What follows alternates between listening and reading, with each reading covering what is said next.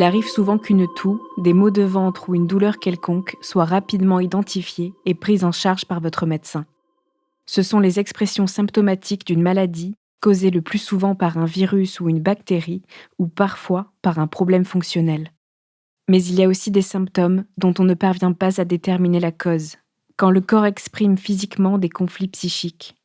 On parle alors de troubles psychosomatiques contre lesquels aucun comprimé, aucun sirop, aucune injection n'est réellement efficace. Très tôt, Barbara s'est projetée dans le monde des adultes alors qu'elle était encore peut-être une enfant. Rapidement, son corps a essayé de lui faire comprendre que le chemin dans lequel elle s'était engagée n'était peut-être pas le meilleur pour elle. Vous écoutez Transfert, épisode 235, un témoignage recueilli par Hélène Carbonel.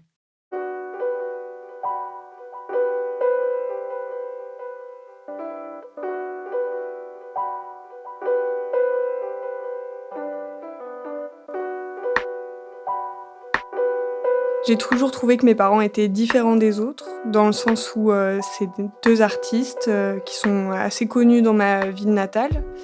C'est 2 personnes jeunes qui sont très sexualisées, par notre entourage et même par, mes amis. J'entends souvent, «Waouh, ton père, il est trop beau» ou «Ta mère, elle est bonne», et je suis traversée par un sentiment de jalousie parce que j'aimerais juste que les gens, laissent mes parents à leur place de parents, désexualisés et figures, d'autorité. J'ai 14 ans, je rencontre, Basile pour la première fois, grâce à un ami en commun. Tout de suite, il me plaît, il est trop beau, c'est un skateur, il a trop la classe. Du coup, voilà, on se drague, ça se passe super bien, on se met ensemble. Très rapidement, on commence à développer une forme de sexualité. C'est vraiment super, on prend notre temps, on passe par toutes les étapes, on compte les points. Combien t'as d'orgasmes, moi tant et toi tant, OK, il faut qu'on soit à égalité. Donc vraiment, on se développe bien, on prend notre temps. Au bout d'1 an, on finit par coucher ensemble. Ma mère me dit: «Si tu veux coucher avec Basile, je te prête mon appartement et vas-y quoi, éclate-toi». Donc on finit par faire nos petites affaires. Je suis surprise parce que je me dis: «Waouh, tout le pataquès qu'on peut faire de ça, de l'acte pénétratif et cetera, alors que c'est pas si dingue». Donc je finis par en parler avec, mes parents, qui entendent, mais qui disent: «Bon voilà, ça va se développer, voilà, t'en fais pas».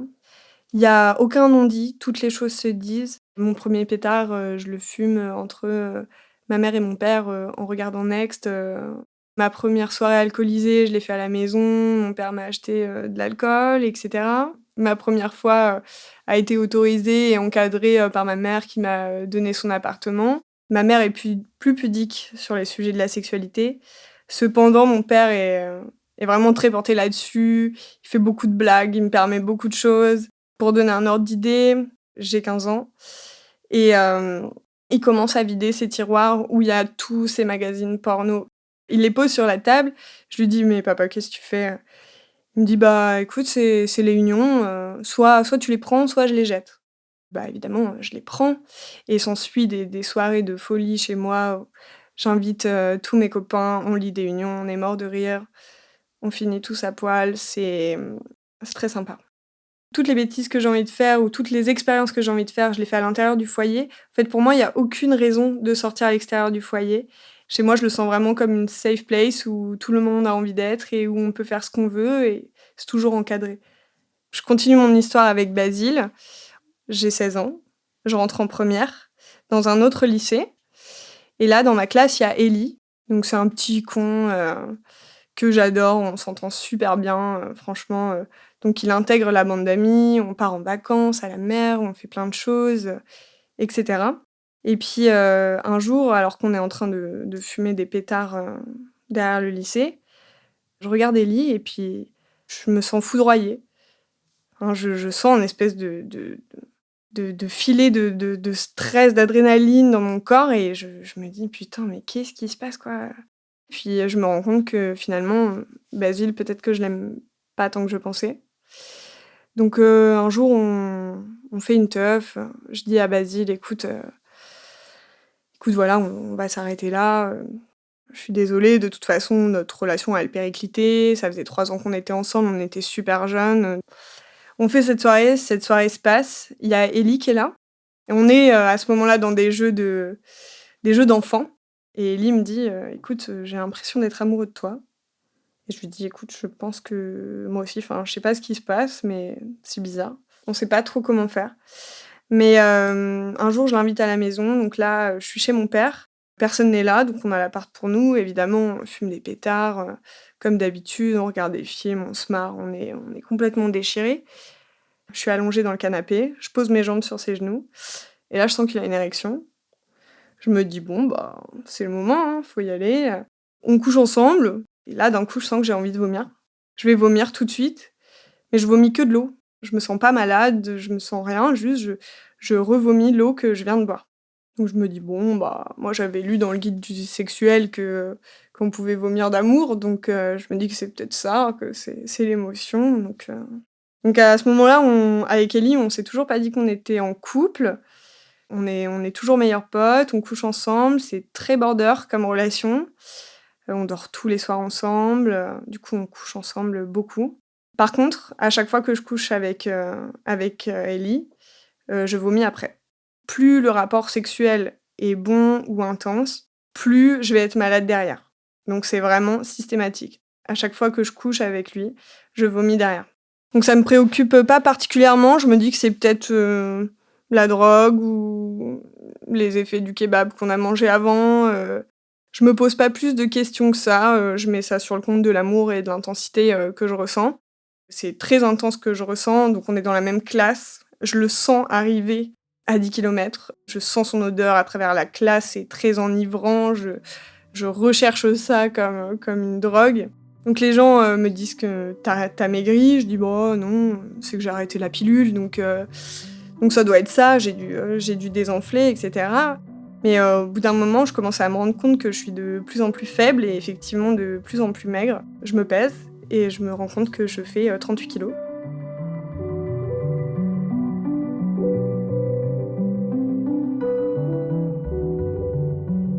On vient de coucher ensemble et il me dit, tout simplement après, «Bon écoute, je pense que finalement on va rester potes». Donc moi je suis complètement choquée à ce moment-là, enfin moi je l'aime, de fou, je lui dis: «Mais enfin quoi?» Il me dit: «Ouais, ouais, en fait, non, ça me plaît pas». Ouais, il me dit ça normal quoi, comme s'il y avait pas de sujet. Je lui dis: «Ah ouais, bah très bien, bah tu prends tes affaires». Et donc là s'ensuit, une descente aux enfers. Je suis terriblement mal, je ne pense qu'à lui, je perds, tout ego, je le piétine, enfin j'essaye, de le récupérer par tous les moyens, je vais dans les soirées où il va, donc là je suis vraiment au fond du trou, mais je me rends compte que je continue de vomir. C'est-à-dire que là, ça a pris encore plus de place dans ma vie, c'est-à-dire que je vomis quand je suis pas contente, quand quelque chose me frustre, quand quelque chose me stresse. Donc en fait, je vomis de plus en plus et je perds de plus en plus de poids. Donc je me dis que c'est parce que sans doute je suis en dépression, que, je fume trop de pétards.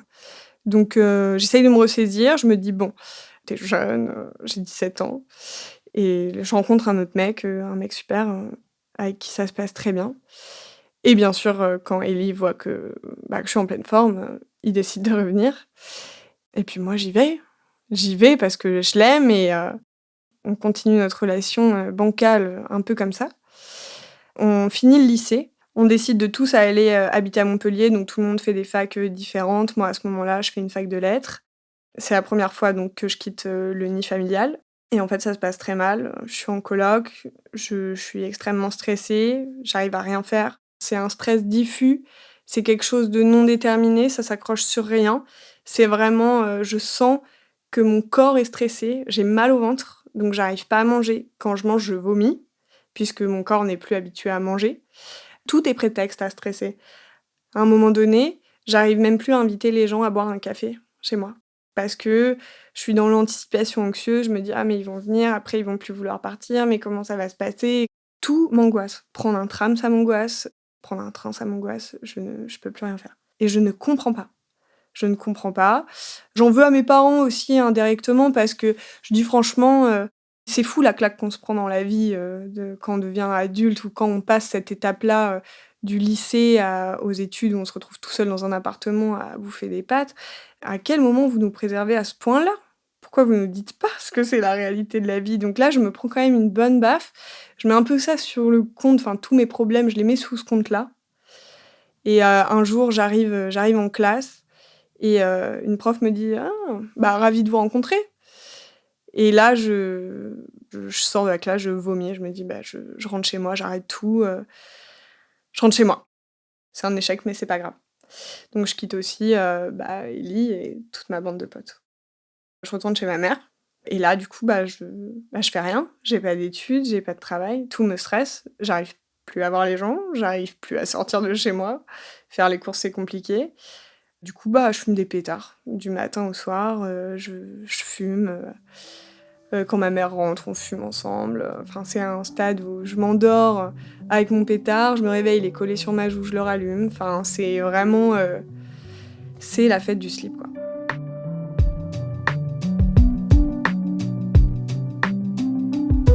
J'ai pas l'envie de sortir, en fait. Quand je sors, donc je pars vers 20h, 21h parce que je me dis: «Hop, comme ça, je capte ma mère, on fume des joints, on complote, on est dans le délire absolu et juste on est morte de rire, quoi». En fait, les autres ne m'intéressent pas. Ils m'intéressent pas autant que ma mère. Ellie, je continue à le voir. Ça reste compliqué parce que du coup, il faut que je prenne le train pour aller le voir ou que lui vienne chez moi. Mais du coup, quand je me dis qu'il vient, je me dis mais je vais encore vomir, je vais encore être malade. Enfin, ça commence à être vraiment pénible pour moi de vomir à tout bout de champ. J'en suis même à développer des stratégies pour vomir propre, que personne me voit. Enfin, c'est devenu une vraie capacité d'adaptation. Déjà, ne pas faire de bruit quand on vomit, c'est vomir dans sa bouche puis cracher ensuite. C'est de toute façon, c'est que des vomis de rejet, donc c'est pas comme quand on est malade, c'est vraiment juste il y a quelque chose qui sort parce qu'il a besoin de sortir. Donc Ellie, je continue à le voir. Par exemple, une fois, je vais le voir, on décide de passer la soirée ensemble. En fait, dans le train, je fais une énorme crise d'angoisse et une fois arrivée à Montpellier, je me dis: «Mais en fait, je vais pas y arriver. Je vais pas réussir à aller le voir, ça me stresse trop». J'avais le bide tordu, enfin l'estomac comme une cacahuète. Je me suis dit: «Mais c'est pas possible, en fait, de se mettre dans cet état». Du coup, j'appelle une pote, je lui dis: «Est-ce que je peux dormir chez toi?» Elle me dit: «Bah, je suis pas là, mais vas-y, prends mes clés», et en fait, je suis à un stade où je préfère être toute seule, fumer mes joints, plutôt que d'aller voir mes potes, mon mec, tout, en fait. Il y a plus rien qui m'intéresse. Mon père, me tire la sonnette d'alarme et me dit: «Par contre, là, il faut que tu te bouges le cul. Tu vas aller bosser, tu vas aller faire n'importe quoi, mais juste, tu te sors les watts, quoi».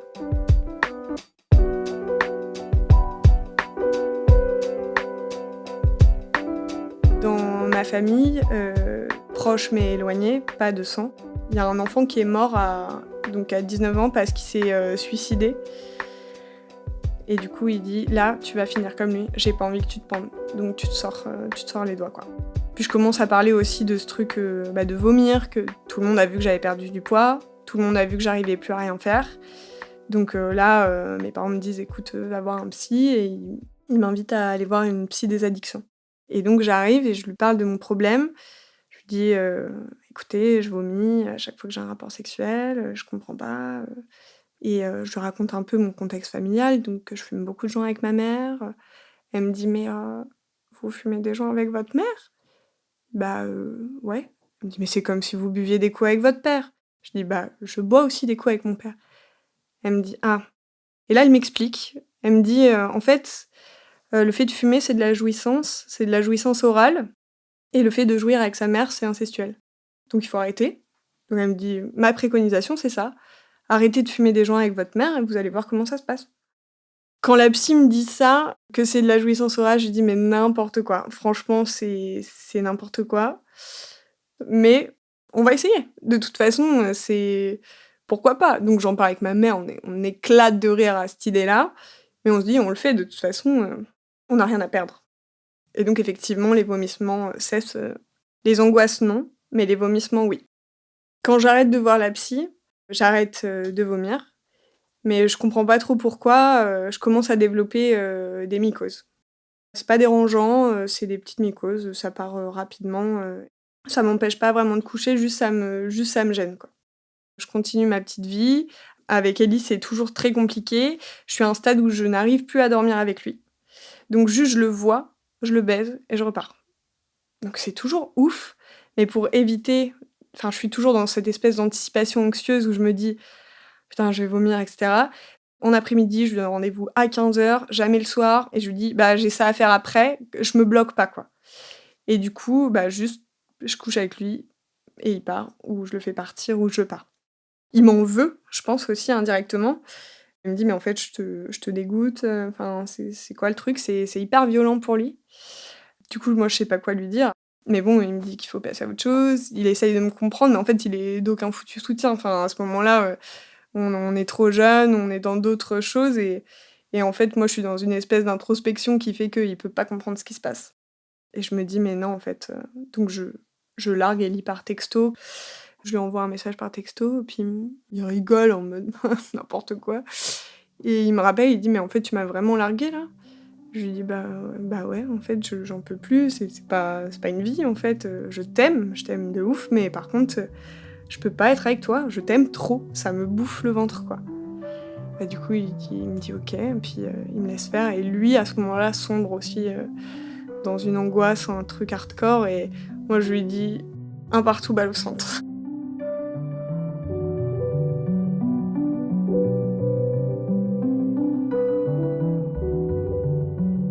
Donc j'ai 19 ans, je décide de faire une fac de psycho, au vu des événements récents, de tout ce qui s'est passé et des appétences, que j'ai, dans la vie. Donc c'est un nouveau départ à ce moment-là, puisque je suis très addict aux pétards, j'essaye de repousser mon premier pétard. Tout est très compliqué au début, donc je me dis: «Bah, pas quand il fait nuit», donc je me fixe des règles et cetera. Je fais ma première année de psycho, je rencontre des mecs et là, je peux que coucher avec eux, en fait. Mes relations, c'est, je suis en couple plus ou moins, mais juste les mecs, bah, je couche avec eux puis je me casse. J'arrive pas à dormir avec eux, j'arrive pas à aller au resto avec eux, je peux rien faire d'autre que de baiser avec eux. Je fais ma deuxième année, toujours dans cette ville-là, toujours pareil au niveau des relations, très, très chaotique et là, je me dis: «Bon, il faut que je change d'ambiance, faut que je change de vie, de ville». Donc là, je décide de partir à Lille et je me dis: «Bon, bah, allez, c'est parti, nouveau départ, on y va, quoi». Ma mère, à ce moment-là, elle est plutôt dégoûtée. En même temps, je ressens qu'elle est contente quelque part parce qu'elle voit que j'arrive à me détacher. Mais le fait que, bah, qu'on n'aura plus cette complicité-là, qu'on sera loin, qu'on se verra pas comme avant parce que du coup, là, pour le coup, c'est vraiment loin. Mais en fait, moi, je ressens vraiment le besoin de couper avec toute cette vie-là, en fait. Donc j'arrive à Lille. Voilà, c'est la teuf, je rencontre trop de monde, je rencontre plein de gens de la culture directement, que des gens beaux, que des gens intéressants, donc je commence à coucher avec plein de gens, c'est vraiment super et toujours sur le même mode et c'est un coup et merci, au revoir. Quand j'arrive à Lille, mes mycoses, elles sont de plus en plus intenses. Ça devient handicapant pour continuer à avoir la vie sexuelle que je mérite à ce moment-là. J'essaye tout, toutes les choses médicales, paramédicales, les plantes, les herbes, les huiles, j'essaye tout et il y a rien qui fonctionne. C'est une sorte de mycose en plus qui est plutôt pas expliquée, dans le sens où, c'est a priori un dérèglement de la flore mais, on sait pas trop d'où ça vient. Donc en fait, juste ça me fait avoir honte. J'ai un sentiment de honte en fait, d'avoir cette mycose parce que c'est quelque chose qui se voit et qui se sent. Donc voilà, je me sens un peu, comme un putois. Quelque chose qui essaye de repousser les hommes, en fait. Alors que moi, dans mon esprit, évidemment que j'ai envie de coucher avec la terre entière. Je suis de moins en moins stressée, en fait. J'arrive à refaire des choses normales, enfin, ce qui semble normal pour le commun des mortels, type, prendre, les transports ou faire des choses comme ça.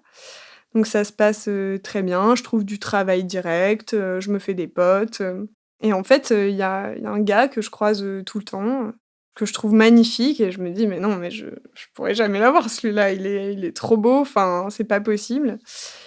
Je trouve qu'il est absolument magnifique, il est ténébreux, il a les yeux clairs, il a vraiment, tout ce que j'aime, quoi. Franchement, mais je me dis: «Ce mec est absolument inaccessible, enfin, je l'aurais jamais».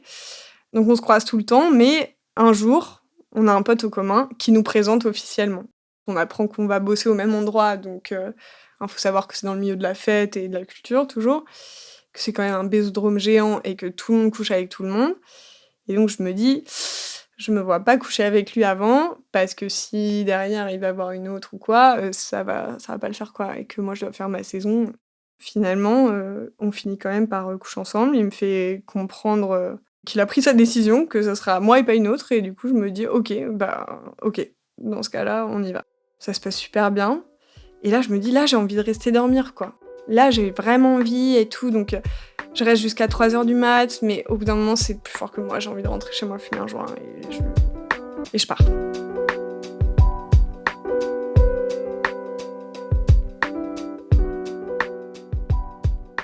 Un jour, on va faire une teuf et on n'a toujours pas dormi ensemble à ce moment-là et moi, je suis éclatée et je rentre chez lui, je suis en redescente et là, je me dis: «Mais je suis incapable de rentrer chez moi, en fait». Il me dit: «Bah, tu peux dormir là, pas de problème». C'est con, mais c'est un peu le dernier rempart qui me restait. Je me dis: «OK, cool, on va faire un petit, bout de chemin ensemble». Sauf que, je commence à avoir des mycoses, mais de plus en plus vénères, en fait. Genre, c'est en fait, les mycoses, ça va, ça vient, mais pendant que je suis avec lui, ça ne fait qu'augmenter.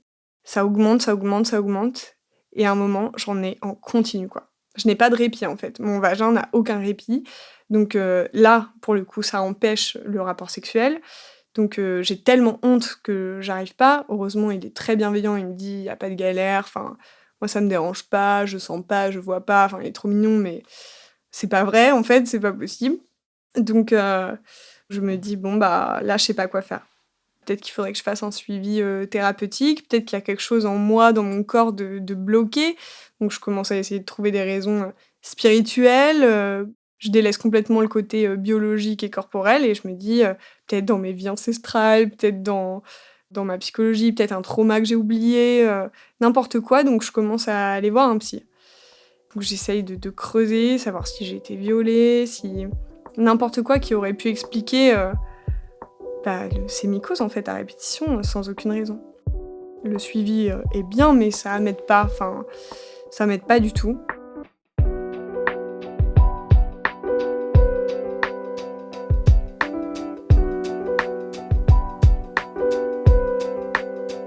J'ai 25 ans et avec James, on décide de faire un enfant. Parce qu'on s'aime, parce qu'on a voyagé, parce qu'on a bossé, parce qu'on a fait plein de trucs, on s'est éclatés et c'est le moment. Et c'est le plus beau rapport sexuel de toute ma vie. Je sens que je tombe enceinte à ce moment-là, en fait. Je tombe enceinte, tout de suite et la mycose devient vraiment de pire en pire. Enfin, c'est là, vraiment, ça se transforme en un truc, vraiment, j'avais jamais vu ça. Je me dis: «Bon, bah, OK, super». Donc là, on m'explique: «Oui, c'est normal quand on est enceinte». Je fais: «Oui, bah, moi, ça fait, 5 ans, en fait, que j'ai une mycose tous les jours, donc bon». Je revois Ellie quand je suis enceinte de 5 mois. Donc toute la journée où on se voit, il essaye de me séduire, il essaye de me faire du pied, voilà, il donne tout. Je retourne dans ma ville natale, on décide de se voir et il me voit et il me dit: «Tu sais, cet enfant, ça devrait être le mien» et j'accouche, plus rien du tout, genre tout est en place, je me sens super bien dans mon corps. Je me dis: «Waouh, enfin, je suis ultra féminine, c'est trop bien mon corps ce qu'il a pu faire et cetera» et je me rends compte que je n'ai plus aucune mycose et je me dis: «Mais c'est incroyable» donc je commence à me questionner, je me dis: «Mais qu'est-ce qui a pu se passer?» et là je percute, je me dis: «En fait, pendant toute ma vie, avec la relation que j'avais avec mes parents, avec mon entourage, avec cette espèce d'injonction à jouir hyper forte qu'il y a dans la société, qu'il y avait dans ma famille aussi, en fait, j'avais complètement dissocié le fait de faire l'amour, c'était aussi, procréer, possiblement, donc quelque chose d'assez religieux, en fait, finalement et qu'en fait, oui, quand on fait l'amour, il y a toujours la possibilité de devenir mère ou de devenir, parent. C'est comme si, en accouchant, ces 2 faces d'une même action s'étaient recollées et du coup m'avaient alignée avec, moi-même, ma féminité, ma sexualité, ma vulve et cetera et je n'y avais jamais pensé et on ne m'en avait jamais parlé. La différence entre la relation que j'ai avec, James et la relation que j'avais avec Ellie, c'est que, en fait, la relation que j'ai avec James, c'est pas une relation qui fait mal.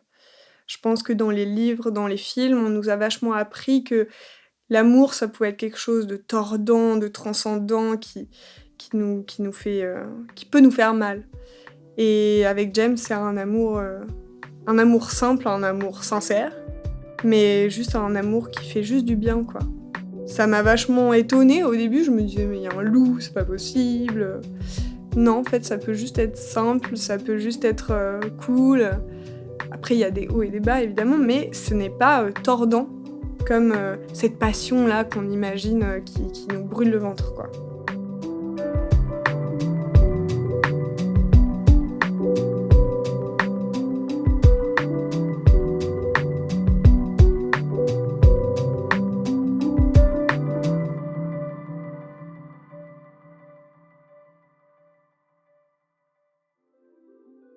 Vous venez d'écouter Transfert épisode 235, un témoignage recueilli par Hélène Carbonel.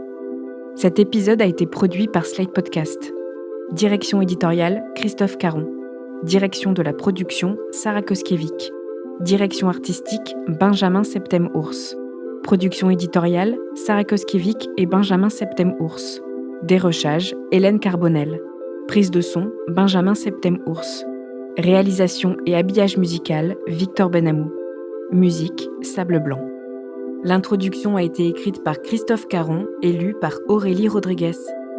Retrouvez Transfert tous les jeudis sur slate.fr et sur votre application d'écoute préférée. Découvrez aussi Transfert Club, l'offre premium de Transfert. 2 fois par mois, vous aurez accès à du contenu exclusif, des histoires inédites et les coulisses de vos épisodes préférés. À retrouver sur slate.fr/transfertclub et sur toutes les plateformes de podcast. Pour proposer une histoire, vous pouvez nous envoyer un mail à l'adresse transfert@slate.fr.